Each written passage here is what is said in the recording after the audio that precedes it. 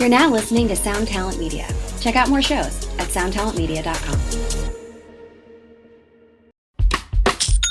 When you think about businesses that are selling through the roof, like Aloe or Allbirds, sure, you think about a great product, a cool brand, and great marketing. But an often overlooked secret is actually the businesses behind the business, making selling, and for shoppers, buying, simple. For millions of businesses, that business is Shopify. Nobody does online business better than Shopify.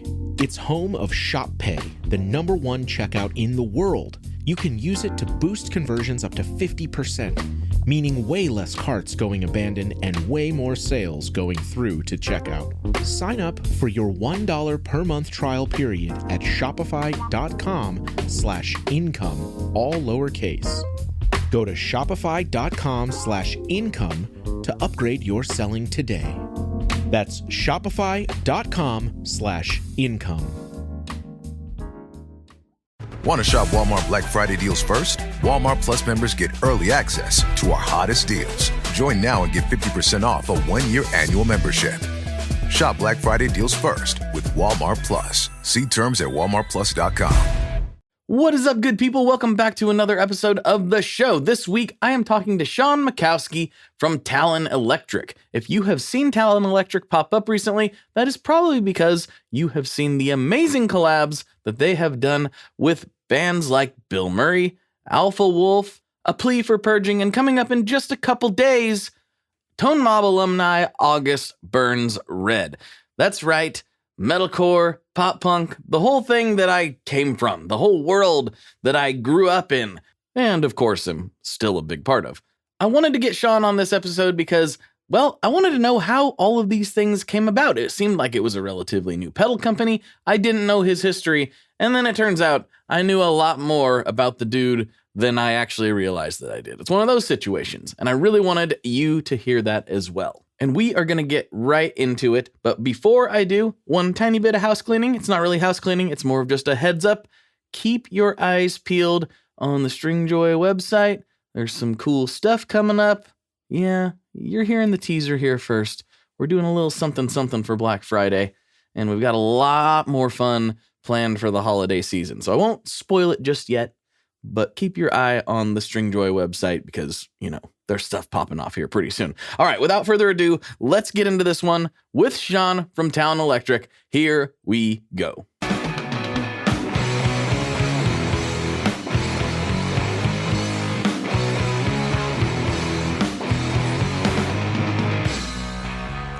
Hello, everyone. Welcome back to another episode of the Tone Mob Podcast, a show about guitar stuff, occasionally, sometimes. I'm your host, Blake Weiland. With me today, I have Sean Mackowski from Talon Electric. What's happening? Hey, how's it going? Hey, I'm glad you're here. We finally got it going. Me too. I'm really glad to be in here with you. I've listened to the show, and to join in, it's a treat. I love it. Well, that's awesome. Why I called you in here today is... well, we are all concerned. Good. No. Yeah. I called you here today because I wanted to know the story. You kind of came out, in my viewpoint, kind of guns blazing in the pedal world with a bunch of epic collabs just kind of right off the bat. And I know that isn't the whole story. I know you didn't just wake up and have all these things happen. No. So yeah. I wanted to get the full Sean story. Like, let's start way back and see if we can make sense of this evolution to where you're doing all this rad stuff now. Yeah. So when did you start playing and what led you to having this pedal company? Yeah, it's a great question. It's a long story and there's a lot of stops along the way. Yeah, and it definitely wasn't the case of like just out of nowhere. It's like, hey, we have these pedals with these bands. So I started playing music as a kid. I was just really interested in playing in a band. We had like a neighborhood band as really small children where like none of us played instruments at all, but we were like, I know this story. Yeah, we were like, yep. You'll play drums. It's like they don't own a drum kit or have ever drummed in their life. Yes. So we had one of those. It didn't go very far, as I would assume most of those don't. But that was like as far back as I can remember. That's where I had an interest in like playing music. So from there, like actually getting an instrument, I started with bass. Because I was assigned bass in that neighborhood band. I was like, I guess I'm a bass player now. So I actually think that's how everybody starts out on bass. yeah. You're made aware that you're a bass player. You're assigned.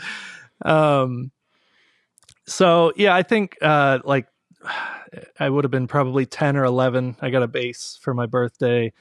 I started taking lessons at a music shop in town from a guy named Bob.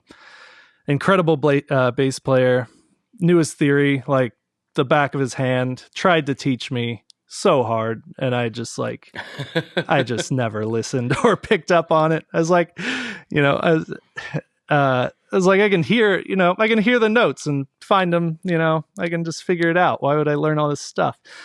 All these dots and lines. I don't like this. Yeah, it starts going back. It's like, oh yeah, I think I'm just a terrible student and I can't listen to like authority. So that's where that all started. I took lessons for a long time going into high school. Was really into like skateboarding. And me and my friends still like, off of dreaming of having a band as a kid where none of you play instruments, you get into high school and it's like, I still want to do that. And now we do play instruments. I have friends that do play drums and do play guitar, and luckily some of your friends become your friends because they play an instrument. Right, just because it's like a core interest. My best friend Jess, I didn't know him previously, and it was like, hey, Jess plays guitar, he's going to be in our band. I was like, okay, cool, yeah, sure. He plays guitar, you have a guitar? Right. Cool, you're in the band, let's go.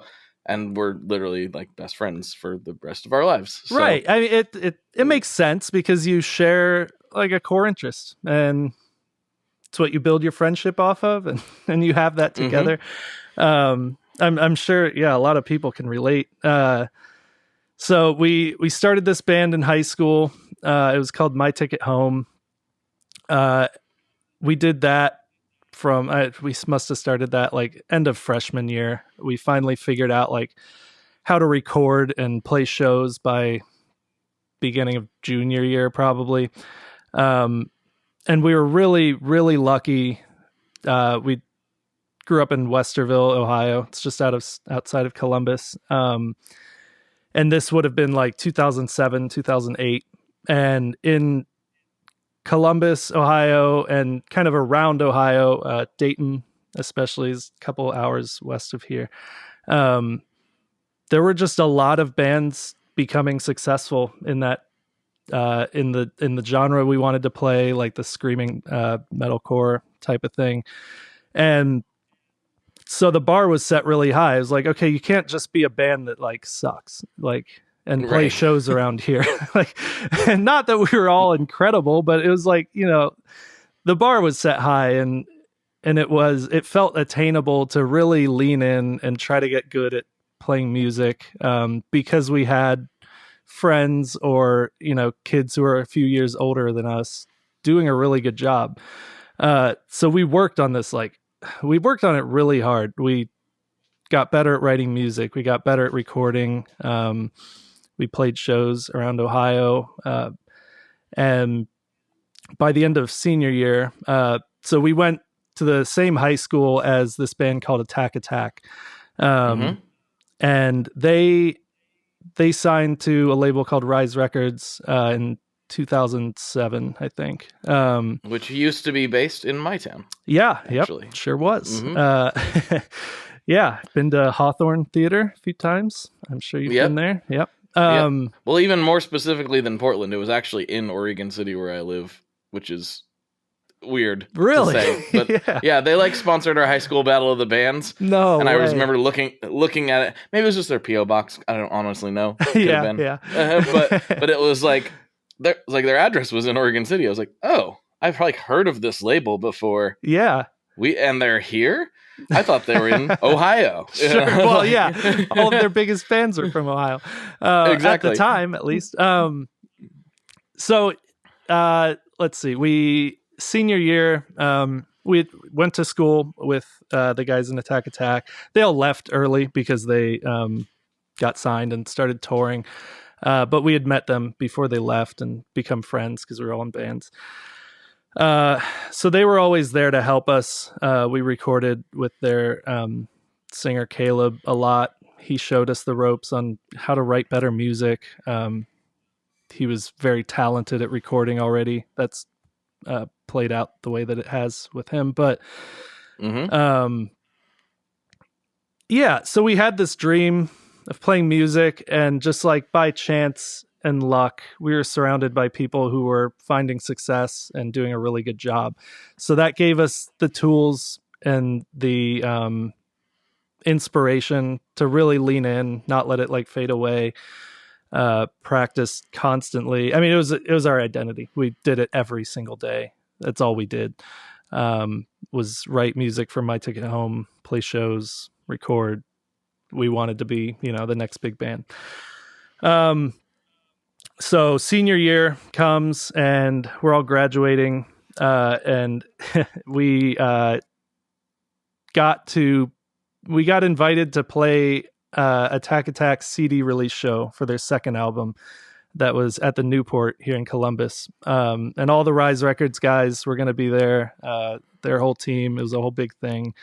Sold out show. It was like I think it's like a 1,500 cap room. Huge show for us, like crazy big opportunity. And it was scheduled on graduation day. So we all skipped graduation to go do that. I would have. Yeah. I would have. Absolutely. I mean, to me, I was like, of course we're not going to graduation, Mom. Like, there's no chance. And, now that I'm older, I'm like, yeah, that's a big ask. Like, she's been raising me for, 18 years. And I'm like, I'm not going to graduation. I'm going to go play this weird show where I scream a lot. We're going to go play a rock show in front of this label. We're going to get signed. We're going to be huge, Mom. Like, believe me. Though, to be fair, like, I'd be like, yeah, let's she did let all of our parents did support us. I don't know if they were like super happy about it, but they did let us do it. They knew how hard we'd worked on this. That's awesome. Yeah, it really is. So we played that show. We ended up signing to Rise Records a couple months later. A lot of help from the Attack Attack guys for that, advocating for us. Yeah, we did a record with Caleb. We did, it was a crazy summer. We did a record with Caleb, and right in that time frame, so this show would have been in June. And by September or so, August, September, later in the summer, Attack Attack singer Johnny wasn't in the band anymore. I don't know exactly what happened. I'm sure he's done it on a podcast before, but they all had a meeting one day. At the end of the meeting, Johnny wasn't in the band anymore. And they left that meeting and they all went to Caleb's parents' house. That's where we always hung out. We're all like teenagers, just to set the tone here. I'm 18. Caleb would be 17. The oldest person in our group is like 24 probably. Right. Elder statesman. Right. And to me, I'm like, they're 24. Like, they know what's going on. They've got it all figured out. Yeah, totally cool. So they all end up going back to Caleb's house, Caleb's parents' house. And they're like, what are we going to do? They had a big headliner coming up with a band called Pierce the Veil in a Mirror. And a band, I am blanking on the name of the band. They were great friends. This is terrible of me. But they had a tour coming up in like a month. And a headliner, they were kind of at their peak. And I was at the house and they're like, do you want to sing and play guitar on this tour? And I was like, yeah, I do. because I'd been singing, playing guitar in my ticket home. So it's just very right place at the right time for me. I ended up doing my first tour with them in like November of 2011. I remember it really well. I remember it was at House of Blues in Cleveland. I remember that morning, we just drove there that morning. It's only a couple hour drive in the bus, and we're all sitting in the front lounge, and it's like they're talking about how to announce that Johnny isn't in the band anymore on Facebook.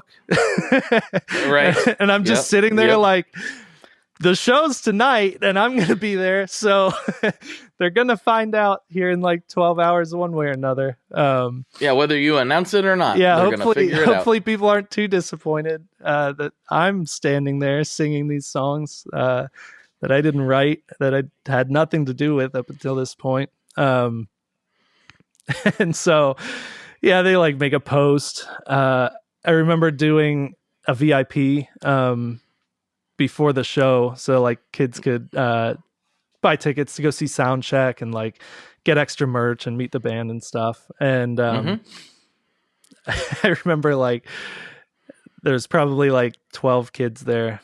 We were also kids, so 12 people there.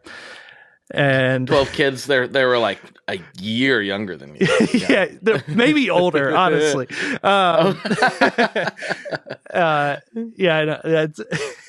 It's all so dumb. And no, I get it. I totally understand. Dumb as in funny dumb. So yeah, we're doing like this VIP thing, and like people are asking questions, they're having a good time, and there's this one kid who's in the back, just like straight scene kid, like the hair over the eyes permanently. I was one of them too, but this kid was like, you can picture him. Everyone's seen this kid before, and he's like standing in the back, like arms crossed and like not talking really. And they're doing questions, and he like raises his hand and he's like, "Where's Johnny?" And I'm just standing there like, "I'm Sean. Hey, I do this now for this tour. I don't know how long I'm going to do this." So that was funny. And then I remember later in the night, Pierce the Veil played right before us, and they're enormous now. They just finished. Yeah, they're huge. They're on tour with Blink-182 right now. Insane. So deserved. They're incredibly talented. But they were playing right before us. And like their singer Vic is on stage singing. I just graduated high school like 4 months ago, and like had listened to them like since I started listening to this type of music. And I'm just standing there like, I have to sing after this guy. Like, what is this? I'm not qualified to be singing after this guy. Like, he's way better than me. He's done this for years. But it went really well. We did that whole tour with Pierce the Veil and Amir. It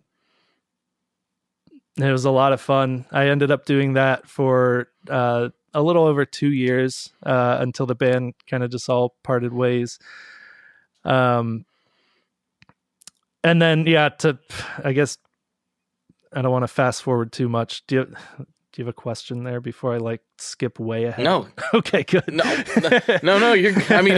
I'm letting you control the narrative here. So all right. Yeah. Go for it. So I wasn't there, as it turns out. It turns out.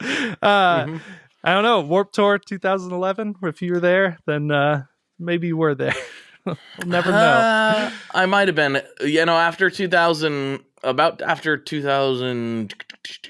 probably was there, actually. I was probably there. After about 2012, I kind of like went into a bit of a musical hibernation, not on purpose, but because I was going to school and working full time, both. So I didn't go to a lot of shows at that point because I was exhausted 24/7. Yeah. So I was doing work all day, then get off work, drive however long, and then night class till like 11, and then just circle. Yeah. So there was not a lot of music happening for me after that, but that was like I was still obsessed with it. So don't get me wrong. I just always like to hope that like anyone I meet that's kind of into this type of music that we like, we were probably at a show together at some point. It's just fun. More often than not, that has been true. Yeah. I can't remember who I was interviewing. Like, it was I remember who it was. Is Joey Bradford? He's in the U's now. Yes, I know Joey. I was interviewing him. Yeah, and I was talking about thrice shows because I'm always talking about thrice shows. And he's like, "Oh, I did merch for them for years. I guarantee you bought a T-shirt from me at some point." So, I have a nearly identical story with Joey. I was they played in Columbus a few months ago, and we were just talking about we're just getting to know each other, and he's amazing. Yeah, an incredibly nice guy, wildly good guitarist, really good singer too. Great in the studio. Yeah, I don't have enough good things to say about him, but he did merch for Seosin on Warped Tour 2011, and so it's like I was on that whole tour too. Like, we probably met. We probably like stood in line at catering for lunch one day, or like I definitely walked by your table who knows how many times. And I have a business partner in Talon Electric. His name's Luke, and he did merch. He did merch for us on that tour too. So it's like, Luke, Joey did merch on this tour. Like, you had to have known each other. Had to have. I don't think they knew each other well because it was like a merch people thing. Like, you would have islands of merch people that you set up your tent with every day. And so it like, you just had your little group and you all stuck together. and they weren't in the same island. But yeah, I'm sure they met each other. So funny. Yeah, that's hilarious.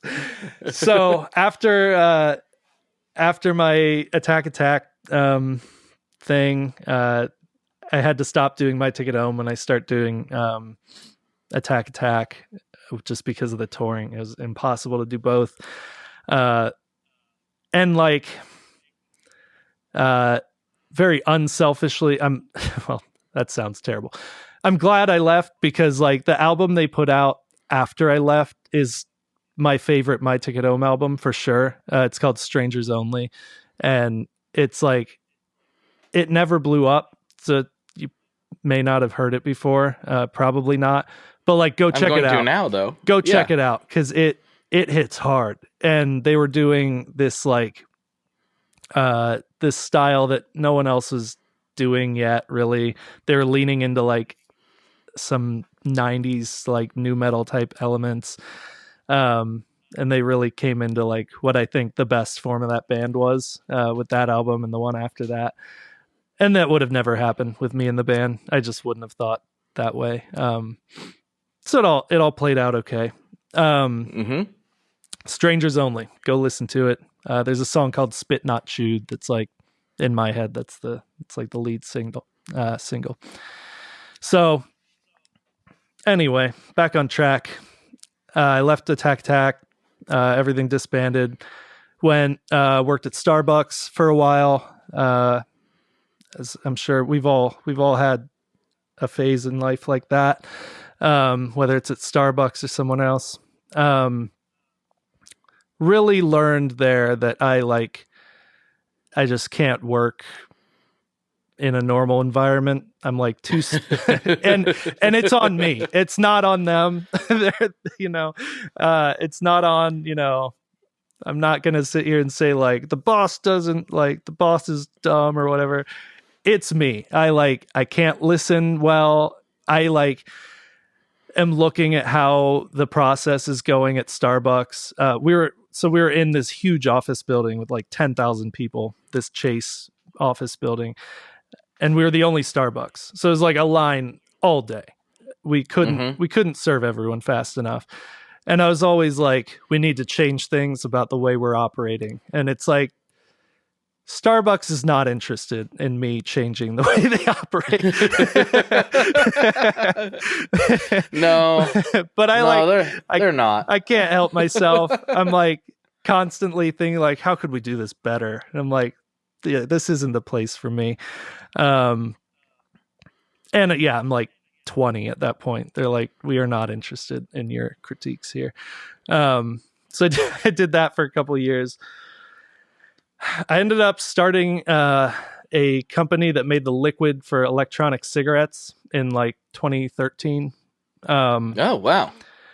That sounds like it's out of nowhere, but in reality, it was like all of my friends smoked because I played in bands, and like e-cigs were becoming a thing around that time, and a bunch of my friends got a job at this like e-cig store in Columbus. And so it ended up just... This was the time where they would have them in the malls, and they'd have somebody in there puffing on them, dude, to show that you could smoke it inside. It was... Smoke it. It was a wild time. Era. Yeah. It was a wild time. And people were very into it. Crazy, like, I don't know. There were conventions. There were people whose identity was tied into this as much as my identity was tied into like music a couple years earlier. And yeah, good on them. They found something they loved. But I started doing that. Yeah, everyone worked at this e-cig store. I just hung out there because that's where everyone was, and it was set up like a lounge. It was a good place to hang out. And yeah, I was looking at stuff, and everything was like very small, like Wild West, random tiny companies that were exploding. Like these people were doing it out of their house 1 month, and then 3 months later they were doing like God knows what in sales, like millions of dollars every couple months. And that's how the industry was. It's just Wild West, boomtown, nuts stuff. So there's a bunch of stuff that was just like, it looked terrible. It was like the branding was bad. Someone made it overnight, and we're trying to start something up. And I was like, man, I know a bunch of like graphic design people. I could figure out how to make this stuff. And I did that. I started a company. I was like, I like the elements of being in a band that align with starting a company. I feel like I learned a lot in the Attack time. I learned a lot in high school starting our own band. I think I can like transfer that over to something else that isn't music. So I did that. It worked really well. Actually, we did that all the way up until 2020. The rules were just like getting very strict. No one knew what the rules were for sure, or if they were being enforced.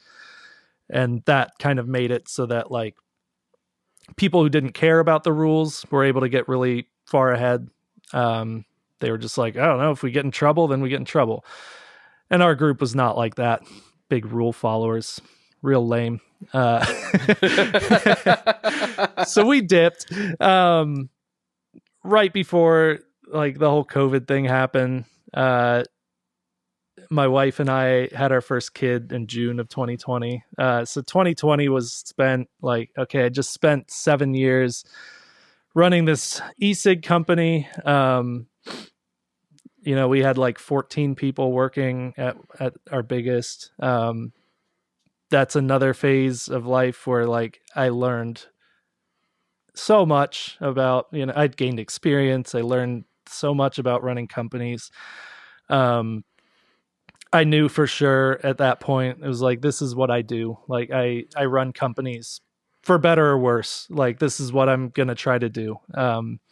If I bail out and get a job, that's fine. That there's no shame in that, but that's not going to be because that's what I want to do. I want to be creative. I want to run stuff. And not in like I want to be the boss type of way, but like I want to build stuff. I want to like be creative and use that part of my brain that I think is my strength. And so 2020, I did nothing, like everyone else probably. I mean, we had our first kid, so that's what I was doing. Yeah, I guess that's a pretty big thing. But as far as work life goes, I was just off in 2020. I had always built pedals. I guess I skipped over that. I built my first pedal on Warped Tour in 2011. I had like bought. Oh wow! I bought a kit from Build Your Own Clone, who I think just closed up shop. Oh, did they really? I think so. I don't know the details, but I saw something on Discord, a little thread about that. I'm going to have to do some Googling later. I did not realize that. Yes. Yeah. So that I bought a rat kit from them. That was the first pedal I ever built. I had a lot of fun building it. I built it in the front lounge of the bus one day. It's like solder smoke going everywhere. Very obnoxious. They loved that. I'm sure everybody loved that. I used it on stage. I'm like thinking back. I'm like, why did I trust my building like skills whatsoever to like throw it on stage? But it worked. Yeah, it's working. It's working. It really speaks to the kit that I bought, BYOC. Good on them for making a kit that can be reliably built by someone who's never built anything before. And so I just kept building pedals throughout the years. But I got really into it during COVID. That's when I really learned how the parts work and how everything else works. And I realized like, oh, okay, like all the things I've learned recording over the years, with as far as signal chain and building out sounds and, you know, how to make things sound the way it sounds in your head, that applies to pedals directly. You're just using different parts instead of using plugins or, you know, pedals and amps. You're using op amps and transistors and caps and resistors or whatever. So, you know, it took a long time to get a handle on that. But it's just trial and error, persistence, a lot of reading on the internet. And eventually I got to the point where I was like, okay, I know I can design a pedal. I see what's going on here. I'm not an expert, but I can figure it out at least a little bit. And I knew I wanted to start a company. But I was really hesitant because I was like, this is a notoriously difficult industry to pop into because oh boy, yeah, there's a lot of people doing this and a lot of them are really good. It's, you know, there's no shortfall of people doing really cool things in this industry. So I was like, it took a while for me to figure out my angle. I was like, I can't just make some random pedal and expect it to do well without a huge stroke of luck, which I never rely on because I never get that. I feel like maybe that's I don't know. Maybe that's an unappreciative thing to say because I already talked about a bunch of lucky things that happened to me. But that's how I feel. Even if it's not true. That's fair. Yeah. Hi, I'm Vincent, and I'm here to talk about the Maris Mercury X. My dad's always going on and on about how cool Maris is. He really went off on one about the Mercury X the other day.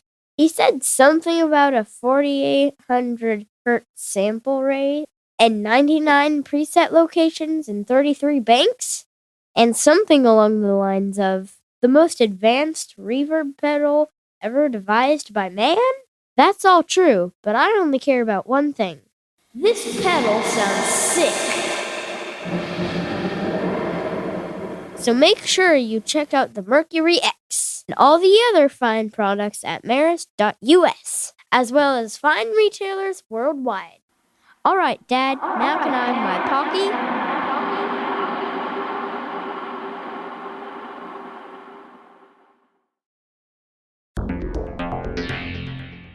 How exactly do artists get their music on Spotify, Apple Music, Deezer, Tidal, all these services? How in the world do you get your music there? Well, in the past, you had to use something called a record label. But these days, you can use DistroKid. DistroKid is the absolute easiest way to get your music up on streaming services. And it's the most affordable way to do so. Not only do plans start at $22.99 for the entire year, that's less than $2 a month, DistroKid also does not take a cut of your streaming revenue, unlike some other services out there.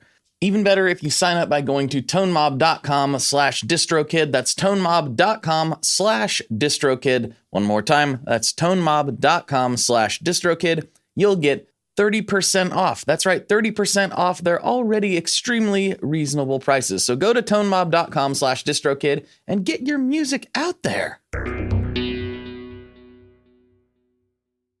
We are brought to you today by Sweetwater, specifically the Gear Exchange. You may have heard about this. This is a place where you can go to buy and sell your used gear. Maybe you got a pedal over there that's just kind of collecting dust. Maybe there's something you've been eyeing from the Sweetwater catalog. Well, right now is a great time to turn that unused gear into something you're actually going to use. Even better, if you sell on the Gear Exchange, you can keep 100% of the sale as long as you choose a Sweetwater gift card as your payout method. That is not too shabby because, let's be honest, most of this buying and selling we do is just to fund new gear purchases, and that is a great way to reach a wide variety of customers and keep 100% in your pocket, or rather on your pedal board.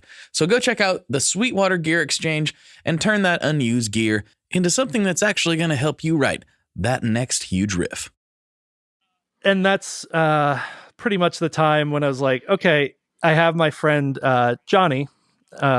He was the singer who left Attack that I slotted in for years earlier. He had started this band called Bilmuri. I don't know when he started that, but sometime in the mid-teens, 2014, 15. And at that time, this would have been like 2021, I think. They were getting bigger. They were still a small band. He was doing it full time, but I think if I had to guess, it was, only because he believed in it. He was pouring everything into this. And I was like, dude, I was telling him about, building pedals, and I was kind of getting at do you want to try to do a Bill Murray pedal and see if Bill Murray fans want this? I don't know if the market's there, but you have an audience and you have people that love what you do. So it makes sense on paper that if we make a guitar pedal that sounds like your guitar tone, your fans might want it. I'm sure they're, sitting at home playing your songs on guitar already. Let's give them something that'll help their sound get closer to your sound. Let's give them something that the art will tie into what you've been doing. They can put it on their shelf if they want to and feel like, hey, I got this really cool thing from this band I love. And he totally got where I was going. And he was like, dude, let's make a pedal. So that's where it started. I was like, all right, I guess we'll try it out. Thought of a name for the company. It's like a family name, and that side of my family was all electricians. So I was like, cool. Oh, cool. Talon Electric. Cool. It sounds cool. Like a bird's talons. That's cool. Electric. We're using that in pedals. And it ties into a family story a little bit. So I landed on that name, just went for it. Had no infrastructure built out, learned Shopify, made a terrible looking first website, designed the pedal with Johnny. He sent me, the starting point was that he sent me his Pod Farm preset, which he was still using Pod Farm at this time. It's got to be it's got to be a record for the most useful plugin over the longest period of time. No software from 10 years ago is useful, but somehow Pod Farm, it's not the best anymore, but it works. It does a trick. Yeah. Obviously he made it work pretty well. Yeah. So he sent me his Pod Farm preset. It was a parallel tone with the Mesa tread plate and the orange, whatever they call their orange thing. So it's a heavy distortion that you could chug with, and a crunchy, not very crunchy orange tone, but chimey, a little dirty. It gets compressed because it's dirty. So that's what we built the Hog. It's right there behind me. There we go. Ah, yes. And that was indeed the first one that I saw from you. That's so the first one we made. Yeah. Okay. I was curious if there was anything before that I had just missed, but that's the first one. That's the first one for our company. It's built around his guitar tone. It's made to, like, if you have a Strat and a clean amp and you put that in between, like, you can dial in a tone that's very close to what they use. It has like this ridiculous saturated blown out hog on it that is part of his like meme culture that he's created. Oh, it's hilarious. I love it. It's a wild, it's something only he could create. He's a very funny person. And correct me if I'm wrong, I'm just like trying to do the timeline math in my head. Yeah. It feels like to me, by the time the pedal actually launched, the band had probably gotten significantly bigger from the time you started talking about it to where pedal launched, because they really had a big shoot up to the point where around that same time there was like a pop artist that asked me to do like, can you get me some like Bilmuri inspired like riffs and loops for this thing? And so I sent him a couple things. Yeah, that is incredible. And yeah, it was like right around that same time. Like, probably just before the pedal came out, I'm guessing. They had just released their album Goblin Hours, I think, right after we released the pedal, or at least close enough, within 6 months. So that's the time frame. It had to have been, I think it was 2022. So let's see. We made that pedal with Johnny, with Bilmuri, and it sold out like right away. I was blown away. I was like, wow, that's what I hoped would happen, but to see it actually happen is insane. I really did not know how to like scale up yet. I knew, I had my business experience to lean back on. I knew in theory how to scale up, but I basically, right after that first launch, I was like, okay, proof of concept is there pretty clearly. So I better just hunker down and like build this company out to, whatever degree I can right now. Learn more about manufacturing, about like, okay, I know this is taking me too long to build these pedals. Like, how can I cut that time down? How can I like spend my money as wisely as possible? Because, funds are limited right now. Like, luckily they were selling. So that gave me kind of a backstop there and some money to use to really get this started. But, I mean, for the next probably year, it was just like head down, do as much as I can to keep inventory up, so that we can keep selling pedals, start reaching out to people to see who else might want to do this. We have no name yet, so I'm really leaning on like my old network that I really had not maintained from when I was playing music. From these people's perspectives, I dropped off the face of the planet for like 7 or 8 years. And I'm like coming back and like, you want to build a guitar pedal? Like, hey, I still exist. I'm alive. Yeah, I am Who wants alive. a pedal? Yeah. So yeah, I don't know. That's kind of like a montage portion of this company, where you could cut to a montage and I'm like building pedals and researching and doing all the work that to put myself in the position that we're in right now. And so I knew like, okay, we have this first release out. It worked really well. I want to do this with other bands. But I'm not going to be able to just like say, here's the Bilmuri pedal. Because at that point they were getting bigger, but they were still like, he's done everything independent. Not anymore, but at that point he had done everything himself. He wasn't touring at all. It was all really unconventional and he was just doing it his way. So like, industry people were trying to figure out like what to do with Bilmuri, because at a meeting once, I was in a different band for a little bit for fun after the Attack thing while I was working at Starbucks, and we met the band 21 Pilots is from Columbus as well. Okay. And they like blew up right when I was coming out of Attack. So we have some mutual friends, but I don't know them very well at all.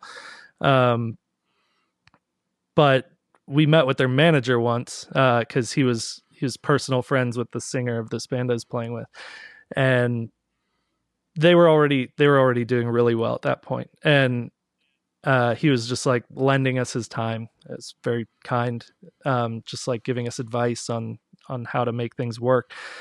And I remember he said, like,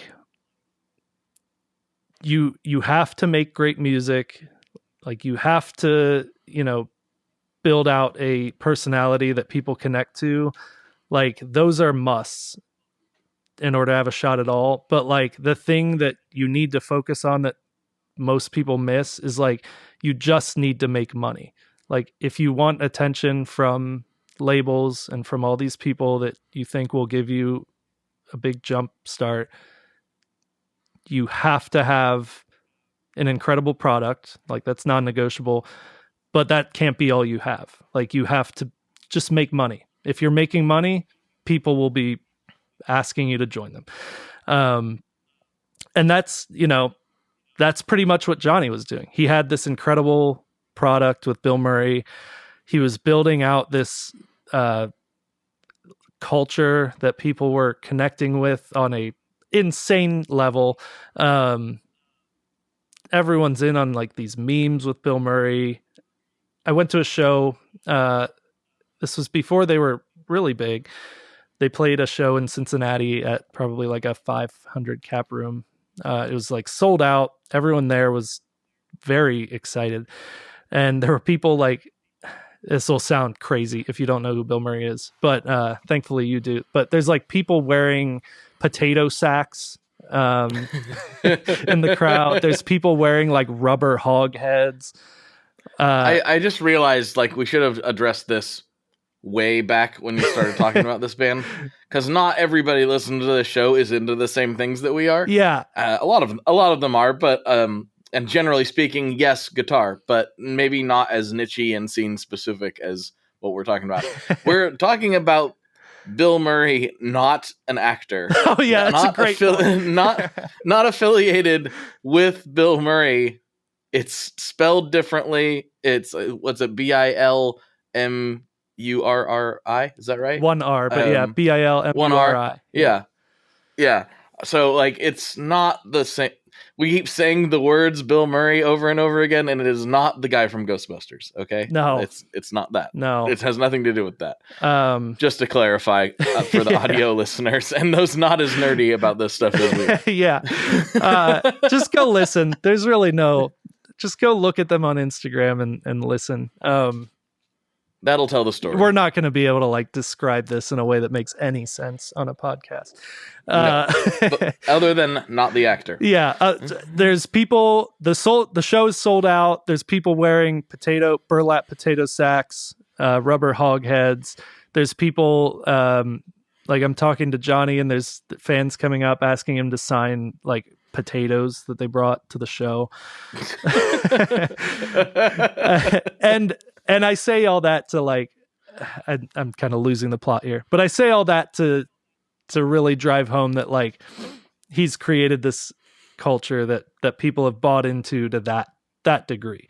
And he's making a living doing this at this point. We have the pedal out. It's selling really well. Yeah, I have no idea where I was anymore, but Bilmuri. Well, you were kind of talking about the importance of actually, I mean, what you were talking about, what that guy was giving you advice about. Yeah. I say this all the time to people trying to get into this industry. Like, look, I know that you poured your heart and soul into the product, and that's important, and that you have to have a good product, but that's the bare minimum. Right. Like, there are lots of good products in this industry. There are a lot of people building incredible pedals in their garage, but you have to have something else. Yeah. Otherwise, nobody's going to know because it's so saturated. It's actually not too dissimilar from the music industry in that there's less pedal builders than there are bands, of course, or artists in general. But it's still the same idea. There's a lot of people trying to do it.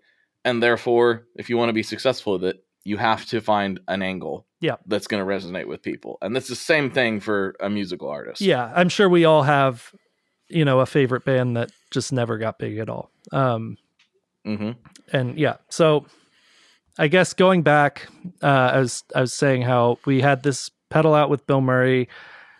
We knew we wanted to collaborate with people going forward, and that be kind of our main angle. So I reached out to, I started working on 2 pedals at that point. I started working on our dual drive pedal, which is not a collaboration pedal. That's the only one that's just us. But I think of it as like my collaboration pedal. That's my pedal. That's the one that I built for me to sound exactly the way that I want a dual drive pedal to sound. I started working on that, and I hit up an old friend from a band called A Plea For Purging. His name's Blake Martin. And I was like, name. Yeah. They were gearing up to play at Furnace Fest for like a comeback show. Not a permanent comeback. They were like only playing that show, and a couple more in Nashville, which is where they're from. But I was like, dude, I'm trying to start this pedal thing. I need to like build out our catalog a little bit, and I want it to be something, special. I want it to be really good. And you guys are doing something special right now. You're coming back. There's, they have a following from when they were doing the thing, and that following is pretty passionate. So I was like, you're coming back. Let's give them something really cool. So we built the Wolf with Blake, and that's kind of like it's like a preamp he uses a 6505. So he wanted like a preamp for that to shape the EQ and push it a little bit. And then the other side of that pedal is a filter, just like a telephone filter, basically just lops off the low end and the high end and has a parametric boostable, EQ thing, that you can dial in, make a bunch of cool sounds. So we made that with Blake. We made the dual drive, and that was kind of what I did to set up the ability to go forward and start doing more collaborations with bigger bands and chase that vision. So one of the ones that came about for us after we'd released those 3 pedals, dual drive, Wolf, and the Hog, was the Alpha Wolf pedal, which we just released a couple weeks ago on October 31st. So the story behind that one is I had seen their guitar player follow us because I watch for things like that.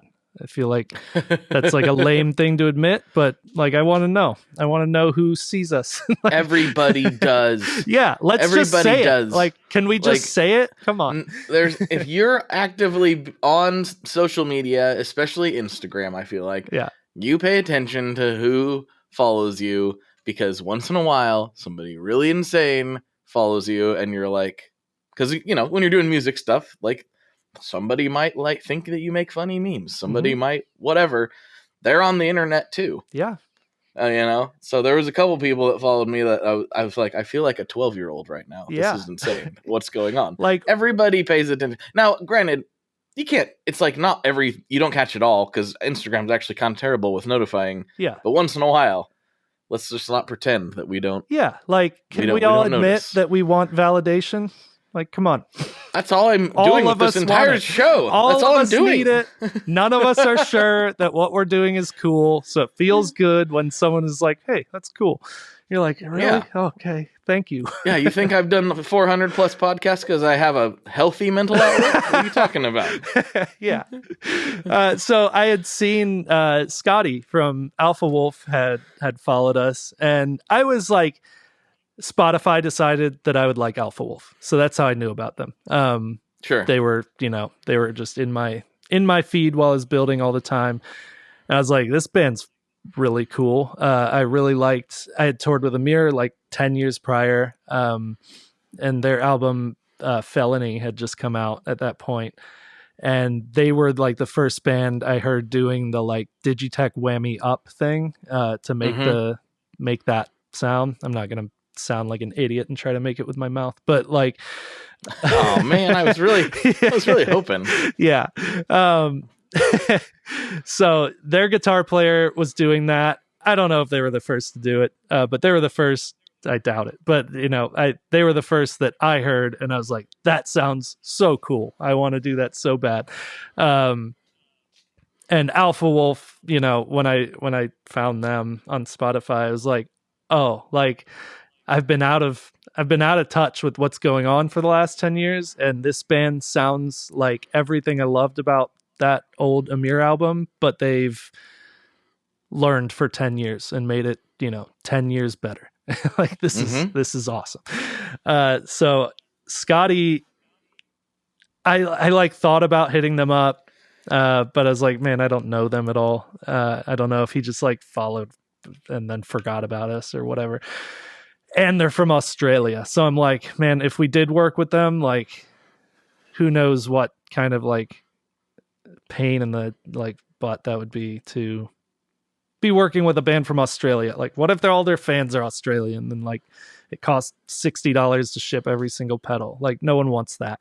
But he hit us up one day and he was like, hey, like, do you make guitar pedals for bands? And I was like, in my mind, I'm like, maybe I can. Like, but in the DM, I'm like, yeah, I do.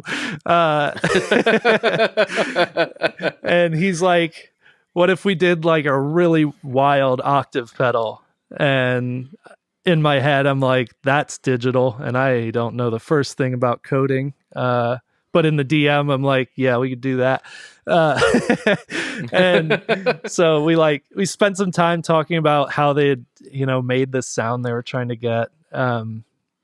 It was like a studio thing. They had made this sound in the studio with, all kinds of plugins. And they like got close live with pedals that exist out there. Obviously, like the Digitech whammy is most of that sound that we're talking about. They were actually using the EHX Pitchfork Plus, but they're octave up shifters.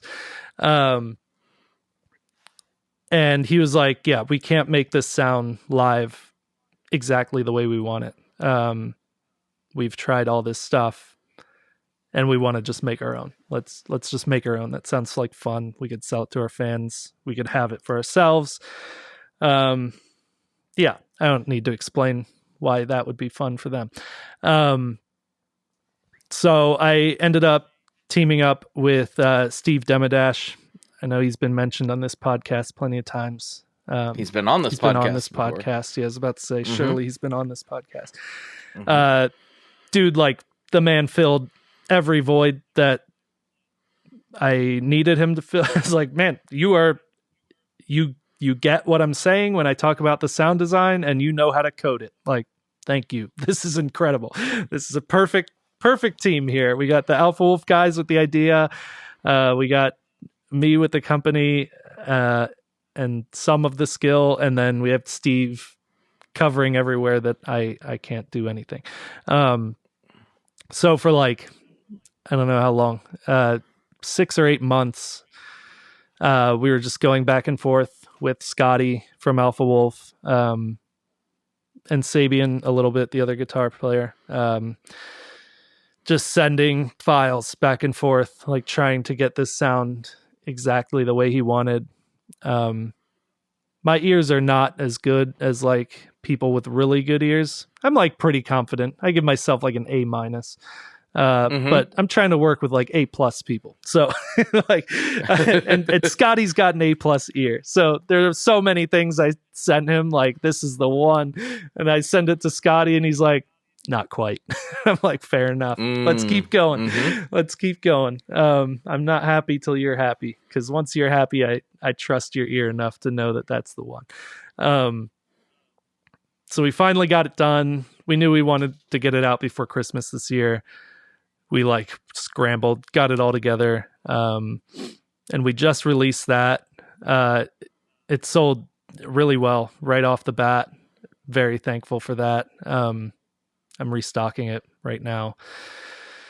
We're just in a period of being sold out with that. But that was huge for validating like what I'm trying to do here. Just to know that like Scotty would reach out and trust us with their sound.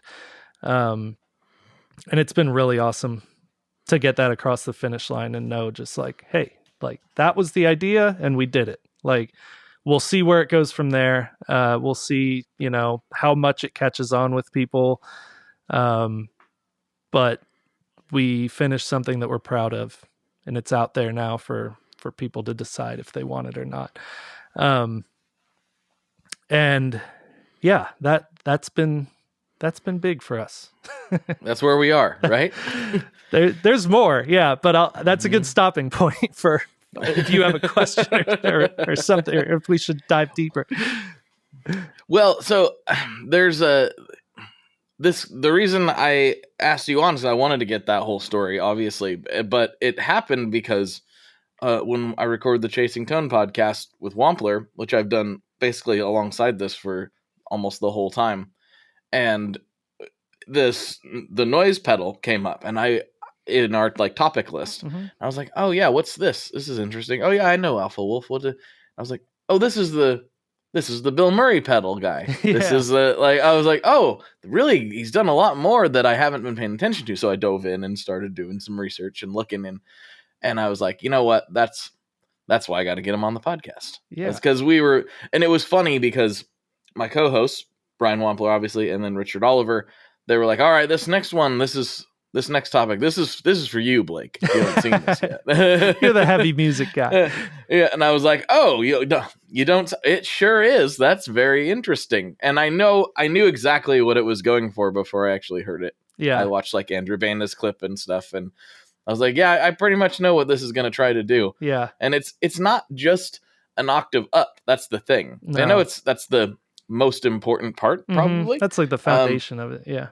Yeah, but there's other things going on there, and I myself have tried to describe what not before the pedal comes out. I was like, those parts in some metalcore songs where it's like, and people are like, yeah, how do they do that? And I'm like, I actually don't know, really. It's probably a whammy and some other stuff. Yeah, but like, what is the other stuff? I will spill the beans.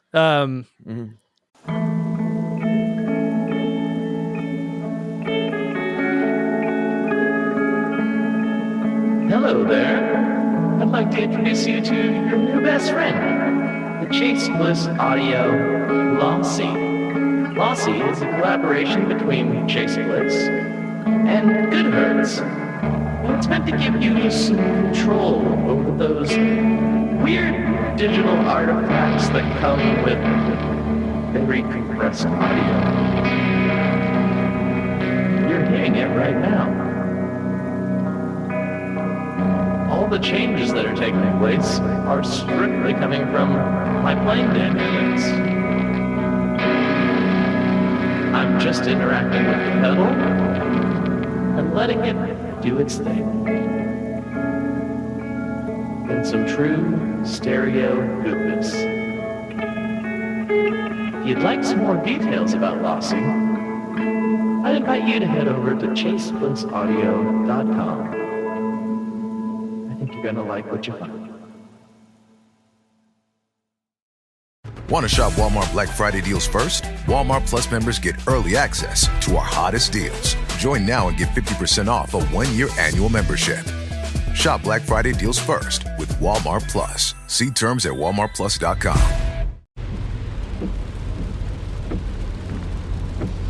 This is the sound of your ride home with Dad after he caught you vaping.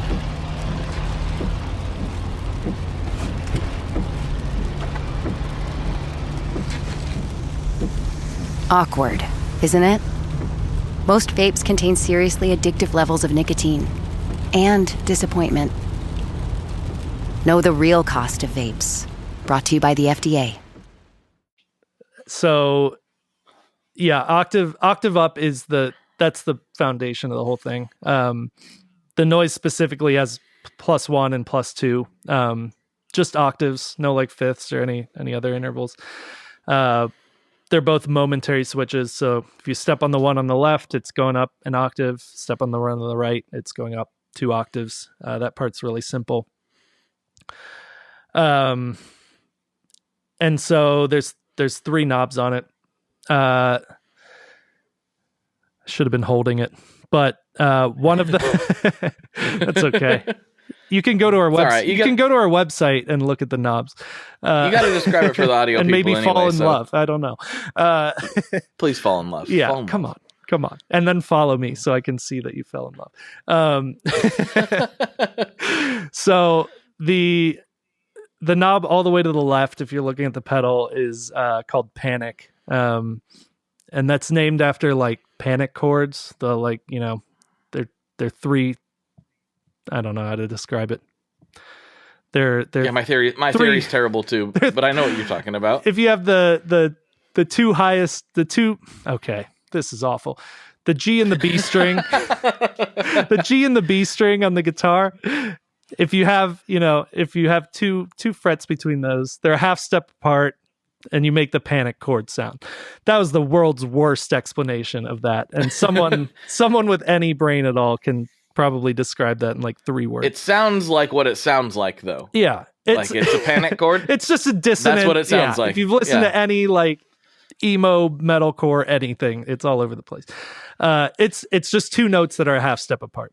So they're really dissonant. There we go. We got there. Yeah, there we go.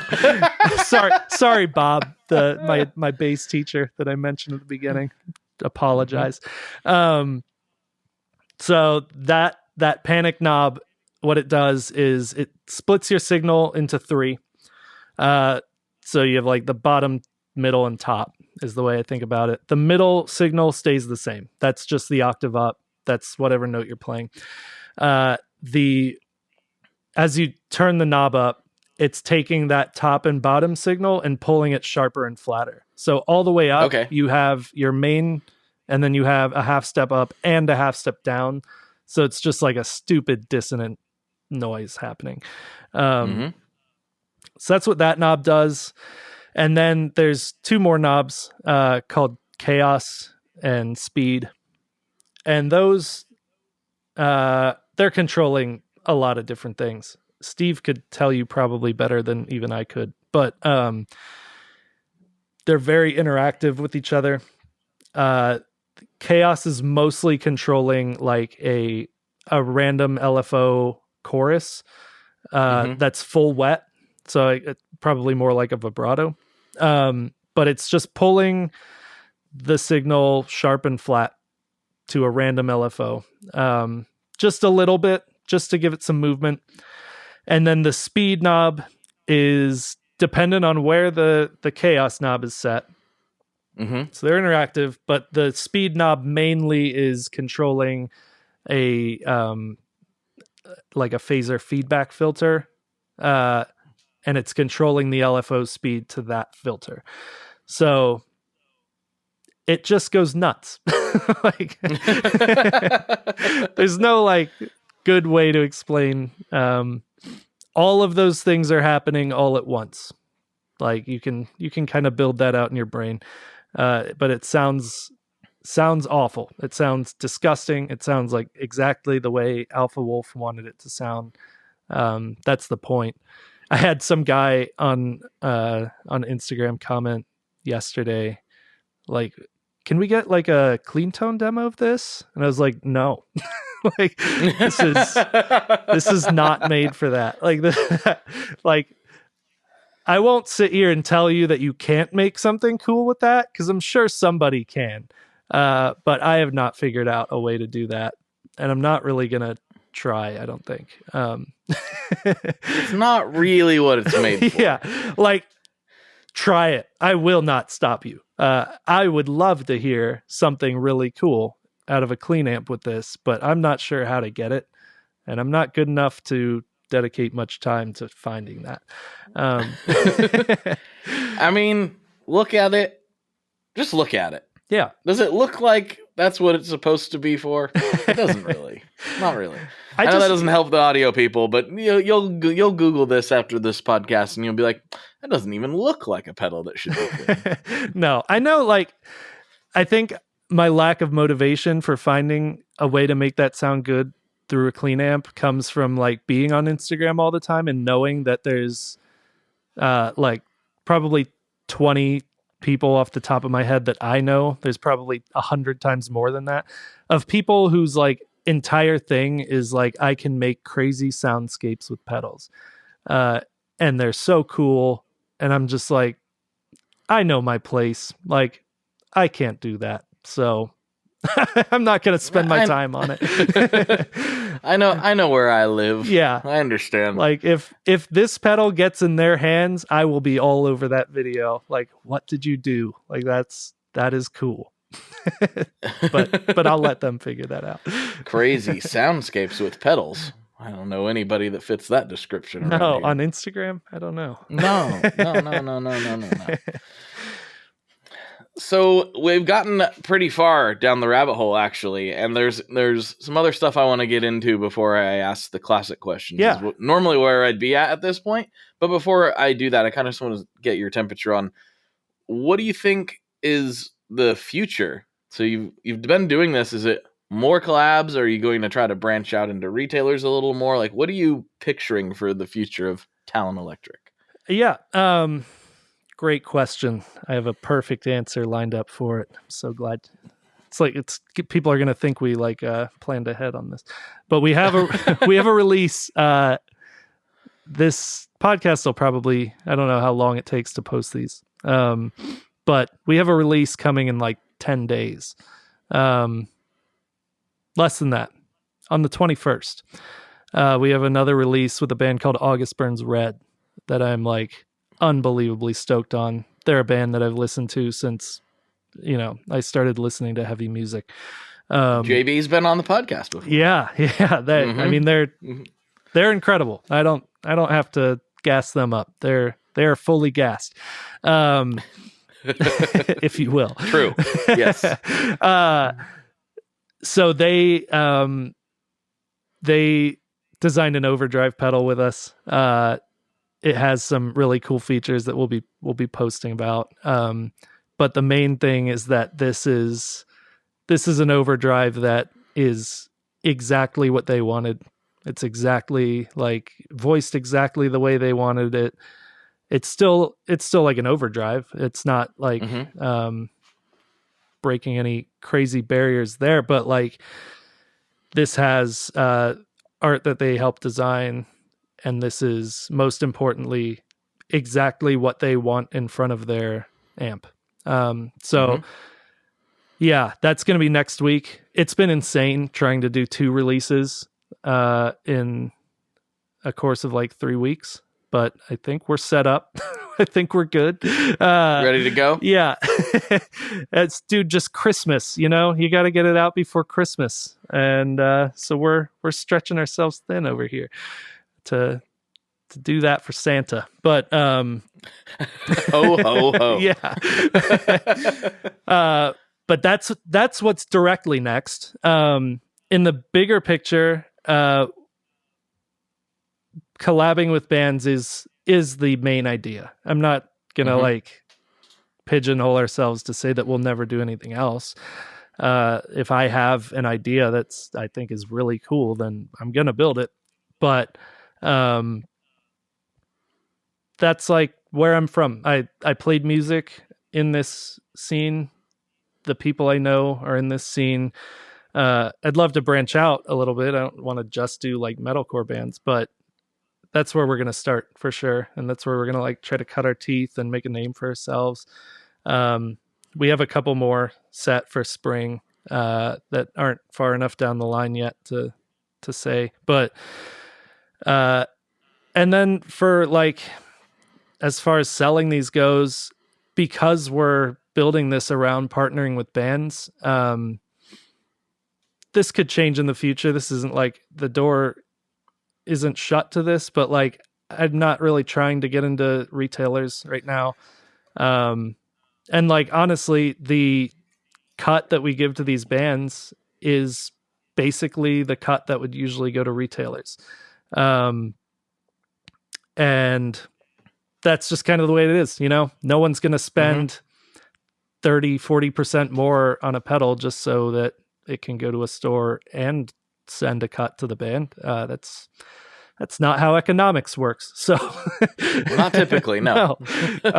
Not that I'm a student of economics, but I do know that if something's too expensive, people won't buy it. So yeah, like someday I'd love to be in stores. I'd love to have like the dual drive in stores. But I can only focus on so many things right now. And that's not on the front of our plate. And like, I always want to stress to people when like the noise is like, $245, $245. And someone was like, why is it so expensive? And I was like, okay, one, that's pretty much in line with what this type of pedal should be. I'll defend myself there. But then also, I was just like, I broke it down. And I was like, listen, like, we have our costs in making this. We're a tiny company, so it's not like we're building these in the like tens of thousands and getting every price break available. We spent a year building this. Like, that's not nothing. And then the band deserves a big cut of this. Like, this is built around the band that they made, like, and they've been pouring themselves into this for half their lives too. Like, the only reason a bunch of people want an Alpha Wolf pedal is because Alpha Wolf put the work in to build that fan base and to gain their trust and to, you know, have people lend part of who they are to being a person that likes this band. That's like how it is when you love a band enough to buy their guitar pedal. Like, you probably identify with that band a little bit. It's like that band is an expression of who you are. So yeah, they deserve a percentage. Yeah. To take something like really deep and then put it into something just like money, really not deep. Sure. But I mean, it's true. Like, you know, the brand was supported by those bands' fan bases, especially initially. And eventually the brand and it's probably already starting to get to that point where it'll be able to stand on its own legs for a lot of stuff. Yeah. But, you know, you intentionally were like, oh, I'm going to partner with these people because they have people already in their audience that I would like to reach, that I think will think this is cool. Exactly. And admittedly, that's kind of what I did at the beginning too. I mean, now I interview anybody I think is cool, but at the time I was like, if I can get that guy, he's got people paying attention to him already. Yeah. You know, or that girl, she's got people paying attention to her already. And like, there's always an element of that because, you know, we're all trying to build something and that requires more eyeballs. And so you go where the eyeballs are, and a few of those people will be just interested in you on your own. And it's slow, gradual thing, just like building a band. Yeah. That's why bands tour with other bands. Yeah. Right? It's like, the openers probably doesn't have a big draw. Probably doesn't get people to show up on a Wednesday night. No. But the main band does, and therefore the opener piggybacks off that audience, and maybe they gain a few at every show. It's just everything is like that. Everything. And it sounds weird to people outside, but yeah. You still have to earn it. Like, you know, opening for a big band is not just going to get you fans. You have to meet the expectations of those fans. You have to put the work in. And yeah, to build off your point, like there's nothing that any of us do ever that isn't standing on the shoulders of someone who did it before us. Like, it's just not realistic to act like anything happens that way. And there's no shame in piggybacking off of, the person who came before you. What is shameful is like doing that and like scamming their followers or fans or something and not giving them what you're saying you're giving them. That's obviously not right. But like, that's a problem no matter what you're doing. That's right? just not cool. But if you're lucky enough to get the opportunity to piggyback off of someone, if they decide that you're worthy of that opportunity, then your job is to say like, thank you. And then turn around and put the work in to take advantage of that opportunity and make the most of it. And make it so that the people who gave you those opportunities are proud and happy that they did that for you. Because it feels really good once you're in a position to be able to give that opportunity to people, to see them take advantage of it and build off of it. And that's what I'm trying to do. There's nothing worse than when you open the door for somebody, like sometimes literally, but mostly figuratively in this example. Yeah. And they're just like, nah. Yeah. Or they go through and they just kind of squander it in some way. It doesn't happen super often in my experience, but once in a while you get somebody, you're like, I think they're doing cool things.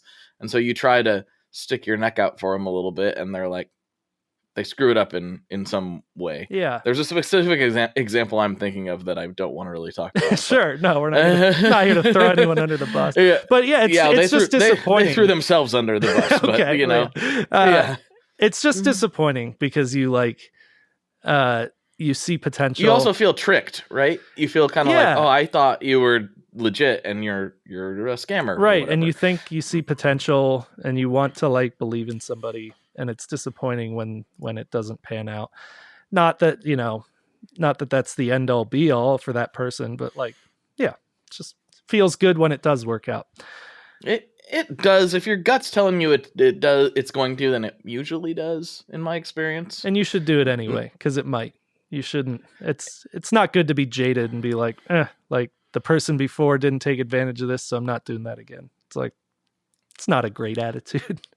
No, it also isn't really helpful. You're not ever gonna like feel good about anything if you walk through life with that attitude. Like everything sucks and everybody's awful. Maybe you don't give that same person the same opportunity again. But it should be available for other people. Absolutely, yeah. Well, hey, we've crested the hour mark a little bit ago, and I could talk to you all day, and I do want to get over to Patreon to do some of that. But before we do that, I got some classic questions. And before I get into the classic questions, I like to give the guests a chance to take the floor, plug anything you want to plug, shout out anybody you want to shout out, say hi to your aunt, like whatever. The floor is yours right now. Thank you. Yeah, I'll say hi to my aunt just because now that you mention it, if I don't, it's like, what's happening with your aunt? Yeah, you're gonna get a text from her. So what's the deal? What's up? All my aunts. Hey, hope you're doing well out there. I know you're listening. Hope you're doing well. I know you're listening. Now I'll shout out ourselves first, super selfishly. Talon Electric. It's at Talon Electric on mostly Instagram. Like, we have other accounts, but we're not on them. And tallonelectric.com is our website. Please go there and fall in love with our stuff. And then I definitely want to shout out all the bands we've worked with, because like none of this would be working without them whatsoever. So we have Bilmuri, Bilmuri, not the actor. They are just going nuts right now. They're growing so fast. They just put out this album that's like country metalcore fusion, which sounds like it might be really bad, but it's actually very good. He just released that. They are on tour in Europe at the moment with Sleep Token, which is insane. Doing arenas out there. And let's see, we made the hog with them. Shout out to Blake from A Plea For Purging. he gave us a shot really early on, just like Johnny did. And we made the Wolf with him. He's just a good dude in Nashville. If you ever run into him, talk to him because he's like the nicest guy. And I want to shout out Alpha Wolf and August Burns Red. Their pedals. Alpha Wolves just came out, and August Burns Red will be out on the 21st of November. I mean, yeah, I don't even know how to thank them enough for working with us. They've become friends in the meantime, and I can't do business with people without becoming friends with them. I know they say not to be friends in business, but that sucks. So I'm going to be friends with people. And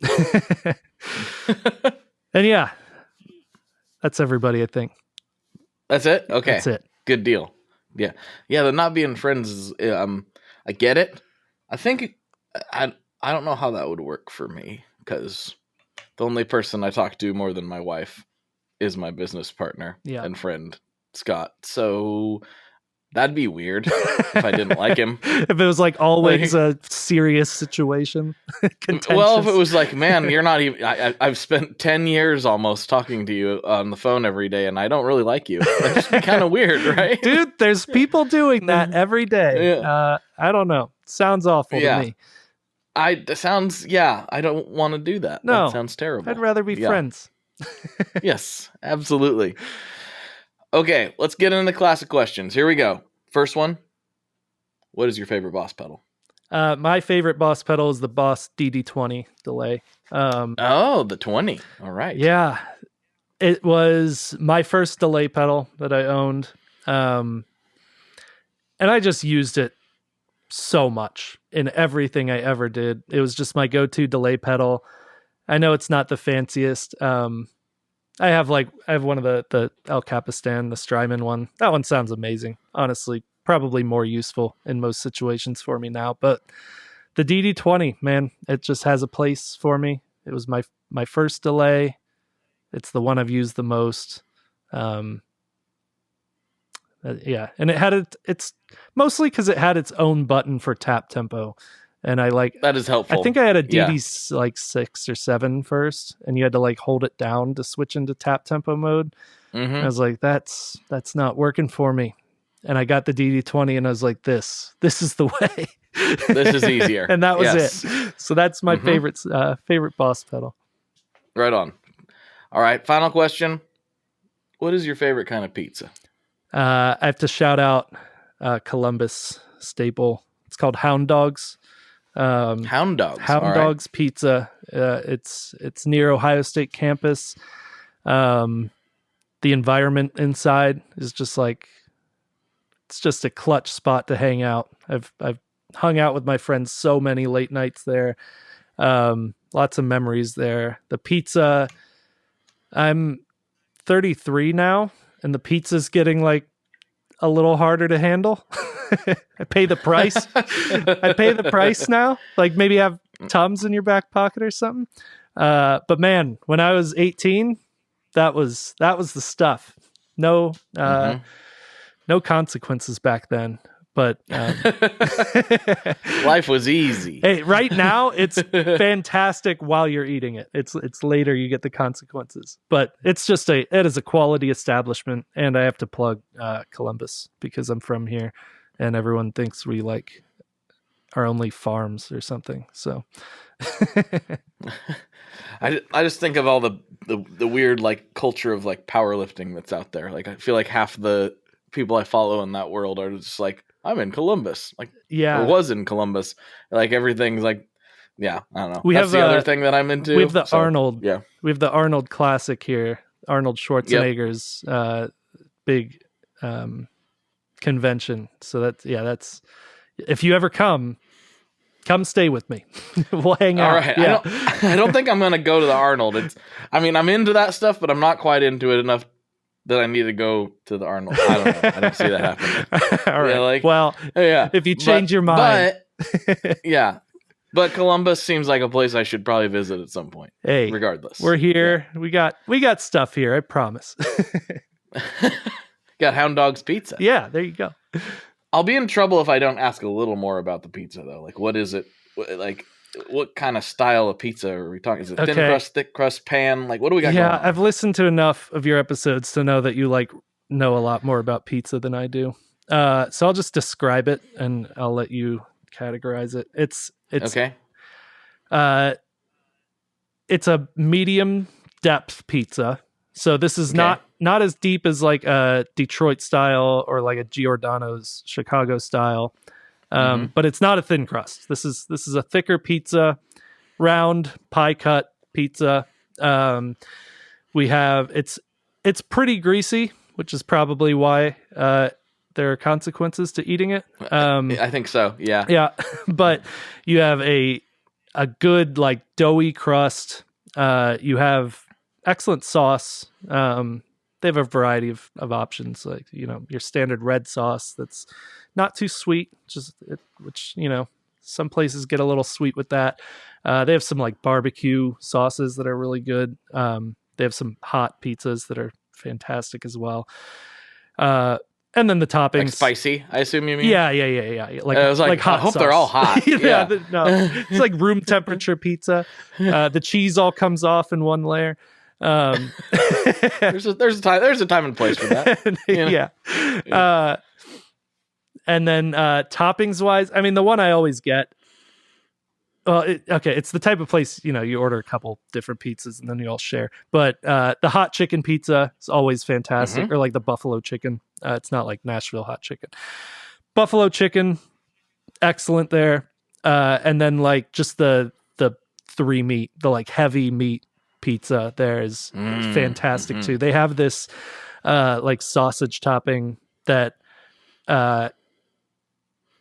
it's like, I don't know, it's like sausage balls, I guess. And they're just a little crispy on the edges. Ooh, yeah. Yeah. Very good. Very good. I like that. Yeah. I like that. Well, dude, thank you so much for hanging out. We need to slide over to Patreon, see what kind of nonsense we can get into over there if that works. I'm so ready. Okay, let's do it. All right, everybody. Rashawn, this is Blake, and as always, folks, good luck and good tones.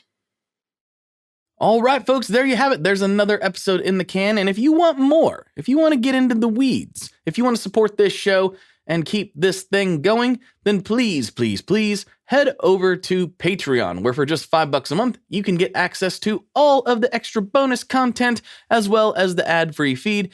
And bonus content includes things like the extended conversation that I had with Sean from Talon Electric. And in the meantime, check out the new Talon Electric drop with ABR. It's coming this week. It's going to be sick. Go check out the noise. Go check out all that good stuff. The link to the Talon Electric website is in the show notes. And I think that's good enough. Let's sign off. I'll talk to you on the internet very soon. Bye-bye.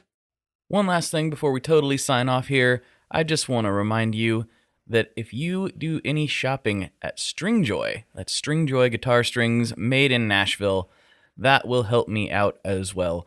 As I've said for years, I'm heavily involved in that company, and I really do think they're making the best products on the market.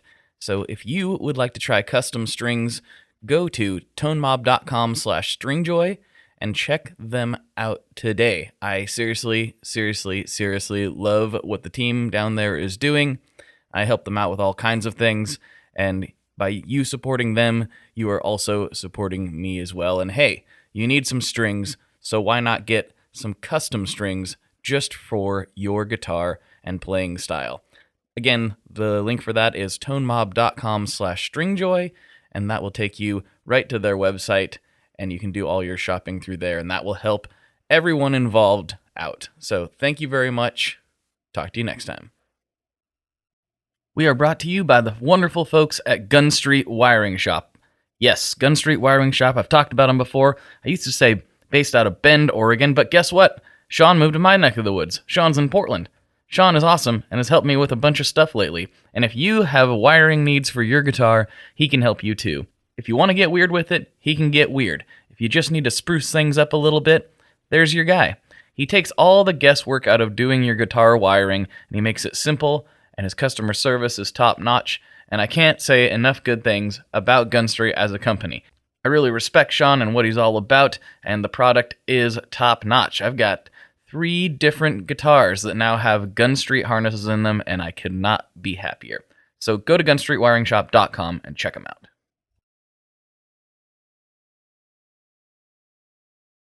Hey everyone, it's Chris Pandolfi inviting you to check out the new season of my podcast, Inside the Musician's Brain, with new episodes airing now. Hearing it in that room, these guys playing this thing and trying to figure out how to play this song was mind-blowing. It's so inspiring to know there's so much more to it than you ever thought. And it just opened another door. But when people find faith because they need to, in terms of just filling a void to feel better without actually being better, that's when it becomes a crutch, much like, drugs and alcohol do. Man, I don't have all the time in the world here. If I want to be a professional bluegrass musician, I felt like I had to take a very strategic approach, just trying to get rid of the barriers and figure out what those barriers were. The feelings still come and I have to reckon with that, but I think I have better ways of moving forward and not being stuck, which I think was the killer for me. Catch all that and so much more on the new season of Inside the Musician's Brain. The Helping Friendly podcast explores the music and fan experience of Phish through interviews and deep dives on shows and tours. For more than 10 years, we've created insightful and fun discussions about our favorite band, and with the help of our guests and thematic series, we're still discovering new angles of appreciation for Phish. And when the band is on tour, we provide a review of every show the following day. As one of our listeners said, any Phish fans that enjoy meandering conversations and incredible insight on new and old Phish shows, this is for you. Highly recommend. It's not just about the band and the shows, it's about the journey getting there. Throughout 2024, we're going to be running down the top 25 Phish tours of all time, and that'll be interspersed with show reviews and regular episodes. Join us and check out the Helping Friendly podcast wherever you get your podcasts.